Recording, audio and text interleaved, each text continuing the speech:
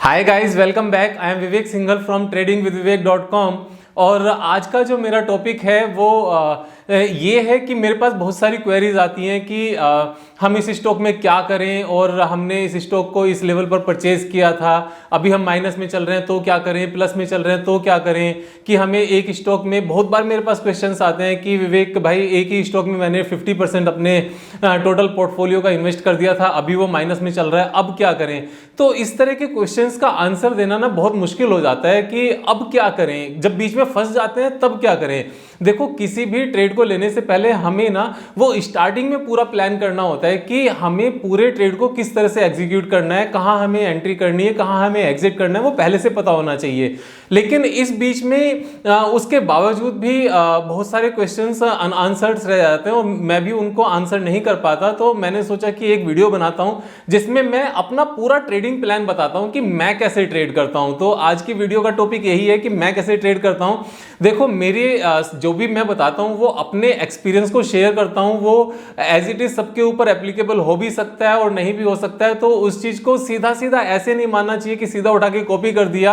अपने personal portfolio size के हिसाब से या पर्सनल नीड के हिसाब से, या ये देखकर कि विवेक फुल टाइम है और मैं फुल टाइम नहीं हूं, तो उस हिसाब से अलग अलग इसको पर्सनलाइज्ड वे में चेंज करके तभी हमें यूज करना चाहिए। तो मेरा पर्पस यहां पर सिखाना है। उसको इंप्लीमेंट करने के लिए आपको नेसेसरी चेंजेस करने पड़ सकते हैं, लेकिन मेरा जो प्लान है वो मैं आपको बता देता हूं। सबसे पहले मैं किस चीज का ध्यान रखता हूं कि मैं कोई इंट्राडे ट्रेड नहीं करूंगा। तो no intraday trading at all. देखो, मेरा पर्पस यहां पर छोटे छोटे बहुत सारे पैसे कमाना नहीं है। मेरा मकसद होता है कि एक ही ट्रेड में मैं 15 से 20% पैसे कमाऊं और उस चीज को रिपीट करूं। तो 1 साल में अगर 2 बार भी ये प्रोसेस रिपीट होती है तो मेरे 30 से 40% पैसे बन जाते हैं। तो नो इंट्राडे। सेकंड मेरा होता है कि नो एफ एंड ओ। देखो, फ्यूचर एंड ऑप्शन करने का मेरा कोई इसलिए मन नहीं होता क्योंकि मैं 100% अपनी कैपिटल उस चीज में नहीं लगा सकता, क्योंकि रिस्क बहुत ज्यादा बढ़ जाता है। सेकंड, मेरा इसका रीजन ये भी होता है कि फ्यूचर एंड ऑप्शन का मतलब होता है मार्जिन मनी यूज करना, और मुझे लोन जैसी चीज में कोई प्यार नहीं है। मुझे बिल्कुल मन नहीं करता कि मैं उधारी के पैसे पर काम करूं।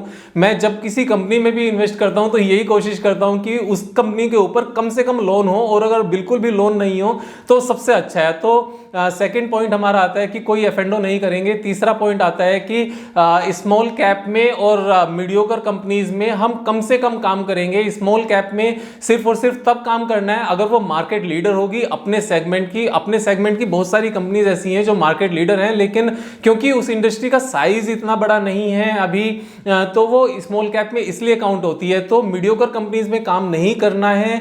और जो मल्टी बैगर कही जाती हैं, बेकार कंपनीज होती हैं, ट्रबल्ड कंपनीज होती हैं, जिनको ये कहा जाता है कि यहां से 10 गुनी हो जाएंगी, 20 गुनी हो जाएंगी, क्योंकि अभी ये बेकार कंपनीज हैं और कल को कोई जादू इनके ऊपर चल जाएगा और ये अचानक से सुपर कंपनी बन जाएंगी, तो उनमें ट्रेड नहीं करना है। तो मैं उनमें ट्रेड नहीं करता हूं। फोर्थ पॉइंट मेरा आता है कि सिर्फ और सिर्फ लार्ज कैप में या फिर जो मार्केट लीडर है अपने सेगमेंट की, सिर्फ उनमें ट्रेड करना है। अब यहां पर जो मार्केट लीडर की और जो लार्ज कैप की बात आती है ना, तो बहुत सारे लार्ज कैप कंपनीज इस तरह की होती हैं जो कहने को लार्ज कैप होती हैं, लेकिन वो ग्रेट कंपनीज में काउंट नहीं होती। ग्रेट कंपनीज में कैसे काउंट नहीं होती? क्योंकि या तो वो सरकारी कंपनीज हैं जिनका मेन पर्पस ही बहुत ज्यादा पैसे कमाना नहीं है, या फिर वो बड़ी होने के बाद भी इस तरह के बिजनेस में है जो जहां पर इनोवेशन नाम की कोई चीज नहीं है, जहां पर ब्रांड कुछ नहीं है, तो और वो बहुत ज्यादा लोन में फंसी हुई कंपनीज हैं। तो वहां पर बहुत ज्यादा पैसा अनलॉक होना और बहुत ज्यादा अच्छा पैसा बन पाना बड़ा मुश्किल काम होता है। तो लार्ज कैप में ही काम करना है, वो भी ग्रेट कंपनीज में काम करना है। फिफ्थ पॉइंट मेरा आता है कि जब जो ग्रेट कंपनीज हैं और लार्ज कैप हैं और मार्केट लीडर हैं बहुत सारे पिछले टाइम से, उनके बावजूद अब उसमें एंट्री कब लेनी है? एंट्री लेनी है जब वो स्टॉक 200 डे मूविंग एवरेज के नीचे ट्रेड कर रहा हो या उसके आसपास हो, या फिर टेक्निकल चार्ट पैटर्न उसका सुपर बनता हो जिसमें 15 से 20% या उससे ज्यादा कमाने का मौका हो सीधा सीधा। तो यहां पर एंट्री पॉइंट यहां बहुत ज्यादा इंपॉर्टेंट हो जाता है। ऐसा नहीं कि हमने लार्ज कैप देखा, ग्रेट कंपनी देखी और किसी भी प्राइस पर एंटर कर लिया, तो उसका रिजल्ट क्या निकलेगा? या तो वो प्राइस नीचे आ जाएगा या फिर अगले 6, 7, 8 महीने तक वो सेम प्राइस पर चलता रहेगा और हमें लगेगा कि यार लार्ज कैप में कमाई नहीं होती।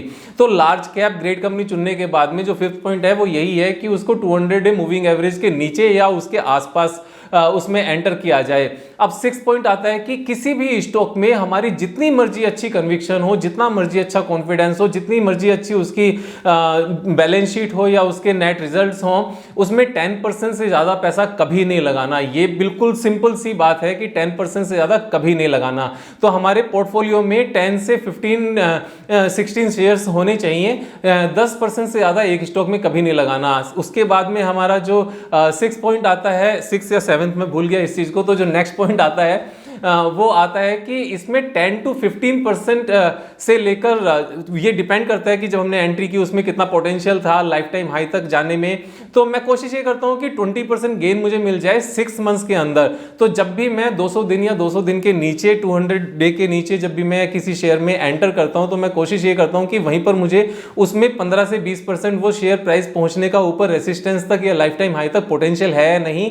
अगर वो पोटेंशियल नजर आता है तो एंटर करता हूं, और 20% की कोशिश करता हूं कि 15 से 20% मुझे गेन मिल जाए अगले 6 महीने में, जो जनरली मिल जाता है ऑलमोस्ट ऑलवेज।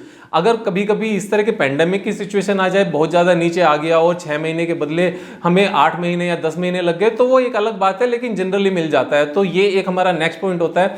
उसके बाद में हमारा पॉइंट होता है कि इस प्रोसेस को डिसिप्लिन के साथ, पूरे डिसिप्लिन के साथ रिपीट किया जाए। अब इसमें डिसिप्लिन के साथ रिपीट करने का जो मेरा आपको बताने का पर्पज़ है ना, वो ये है कि किसी भी सिचुएशन में अगर हमारे पास जो ग्रेट कंपनीज की लिस्ट है, मैं एक 40 कंपनीज की लिस्ट शेयर कर दूंगा फिर से डिस्क्रिप्शन में, जो वो लिस्ट है उसमें सबसे ज़्यादा इंपॉर्टेंट क्या होता है कि अगर सारे ही शेयर्स 200 डे मूविंग एवरेज के ऊपर ट्रेड कर रहे हैं ना, और उसमें नीचे अवेलेबल नहीं है शेयर्स, तो हमें वेट करना है शेयर प्राइस के नीचे आने तक। अगर शेयर प्राइस नीचे नहीं आ रहा है ना, तो समझ लो कि अभी बहुत जल्दी मार्केट टूटने वाली है। अगर if all the shares of this 40-50 companies are trading at a very high level और वो नीचे नहीं आ रहे हैं, 200 दिन के मूविंग एवरेज के नीचे आपको खरीदने के लिए कुछ भी नहीं मिल रहा है, तो बिलीव मी, सारे पैसों को कैश में रख लो। सिर्फ उन्हीं कंपनीज में लेस देन 10% पैसा लगाओ जो 200 दिन मूविंग एवरेज के नीचे हैं या फिर अपवर्ड जर्नी में है। 200 दिन के नीचे आपने लगाया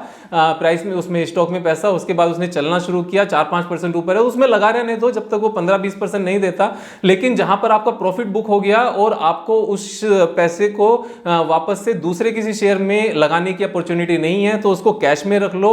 ये चीज बहुत ज्यादा इंपॉर्टेंट होती है इस पूरी प्रोसेस में। इस चीज की इंपॉर्टेंस सबसे ज्यादा है। अदरवाइज क्या होता है कि मार्केट अनरीजनेबली बहुत ज्यादा ऊपर जा चुकी होती है, सारे शेयर्स बहुत ज्यादा ऊपर ट्रेड कर रहे होते हैं, खरीदने के लिए सस्ती चीजें अवेलेबल नहीं होती, और हम ये सोच के कि पैसे को कैश में ही नहीं रख सकते, इसलिए उसको ऊपर के प्राइसेस पर लगा देते हैं, और जब मार्केट टूटती है तो ट्रैप में फंस जाते हैं।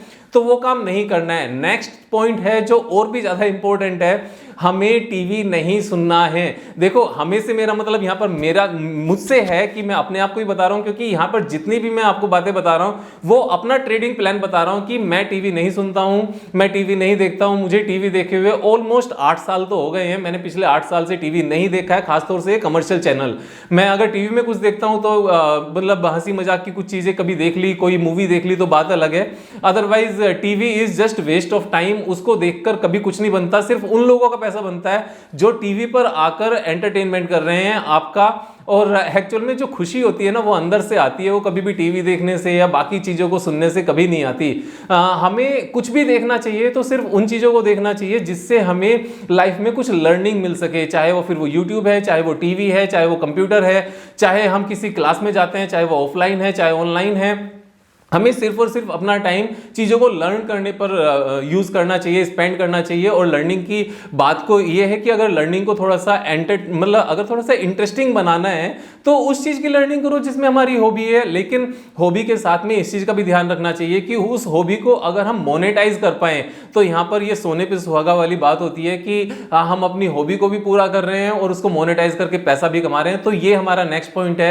उससे अलग जो हमारा पॉइंट है वो ये है कि हमें मार्केट आवर्स के बंद होने के बाद में जितने मैक्सिमम चार्ट्स हम देख सकते हैं उतने मैक्सिमम चार्ट्स देखने चाहिए। अगर हम उन चार्ट्स को नहीं देखते हैं तो बहुत सारी अपॉर्चुनिटीज इस तरह की होती हैं जो डेवलप हो रही होती हैं, लेकिन हम किसी रीजन से मार्केट खत्म हो गई, बंद किया, चले गए, या फिर हम ऑफिस से आए कि ठीक है यार आज चार्ट्स नहीं देखते। देखो, आधा घंटा डेली चार्ट्स पर लगाना बहुत इंपॉर्टेंट है, क्योंकि बहुत सारे चार्ट्स इतने अच्छे नजर आते हैं कि उसके बाद अगर उनकी बैलेंस शीट्स को रीड रीड किया जाए या उनके बारे में और जाना जाए तो उसमें अच्छी अपॉर्चुनिटीज नजर आती है, तो वो काम जरूर करना है। और इन सब के बाद में जो सबसे लास्ट 10th पॉइंट है या 9th है 10th है, मैं मिस कर गया उस चीज को, जो 10th पॉइंट है वो ये है कि सुबह को आधे घंटे कोशिश करना कि आप गॉड भगवान की प्रेयर जरूर करो। हम जिस धर्म के भी है ना, जिस धर्म के भी हैं, अपने अपने हिसाब से, चाहे हम आरती करें या मंत्रों का जाप करें या हम रामायण पढ़ें या कुछ भी करें, एनीथिंग, सुबह को आधे घंटे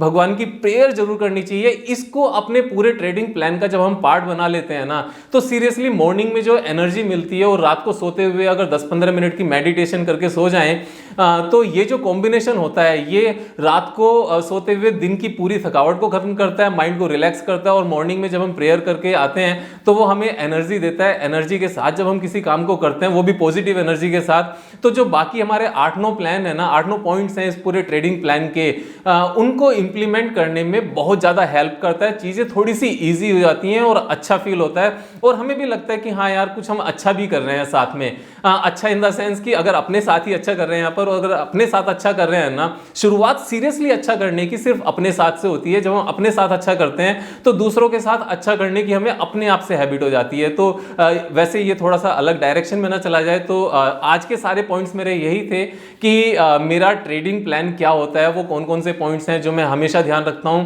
अब ऐसा नहीं है कि इन 10 ट्रेडिंग प्लान से अलग अगर मुझे कुछ अपॉर्चुनिटी नजर आए तो मैं उसको अनदेखा करता हूं, ऐसा बिल्कुल नहीं है। हमें आंखें बंद नहीं करनी है, हमें मार्केट में सब्जेक्टिव रहना है। कोई अपॉर्चुनिटी बिल्कुल इन सब चीजों से अलग हटके आ गई ना, तो बहुत ज्यादा उसमें पैसे लगाने की जरूरत नहीं होती, लेकिन 2-3% अपने टोटल पोर्टफोलियो का हम फिर भी लगा सकते हैं। तो आज की वीडियो में इतना ही। अगर सब्सक्राइब नहीं किया चैनल को तो सब्सक्राइब कर लेना, क्योंकि कल हम फिर मिलेंगे ठीक 5 बजे एक नई वीडियो के साथ जो हमारे ट्रेडिंग और हमारे इन्वेस्टमेंट स्किल्स को पॉलिश कर सके। I am Vivek Singhal from tradingwithvivek.com।